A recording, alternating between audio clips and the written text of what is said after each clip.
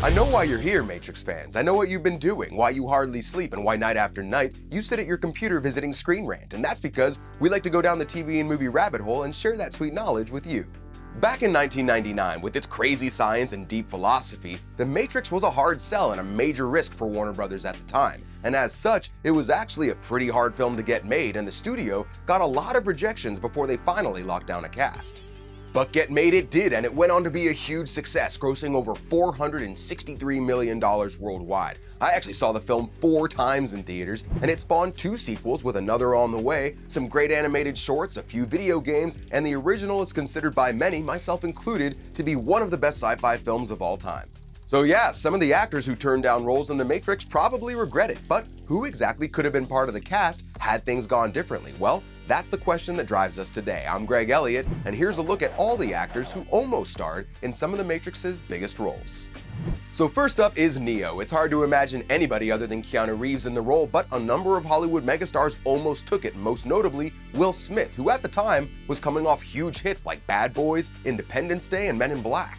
He turned it down to star in Wild Wild West instead, maybe not the best move because he thought that The Matrix was too ambitious and admits in hindsight that at the time he was, quote, not mature enough as an actor to play the part. Hey, at least he got a hit song out of Wild Wild West though, right? But Big Will wasn't the only one who got offered the role. Nick Cage turned it down because it was shooting in Australia and he didn't want to be away from his family for so long. Val Kilmer said no to star in At First Sight, and Brad Pitt turned it down to do Fight Club. And Johnny Depp was actually the Wachowskis' first choice, but they still ended up going with Keanu in the long run. Before Lawrence Fishburne signed on as Morpheus, Russell Crowe turned it down, although things worked out pretty well for him, getting 3 consecutive Oscar nominations for The Insider, Gladiator, and A Beautiful Mind, and winning for Gladiator. And according to the film's composer Don Davis, Samuel L. Jackson and Gary Oldman were also considered at some point. And there's a bit of conflicting information on this, but it also seems that Sean Connery was offered the role but passed on it because he didn't understand it. Dodge this.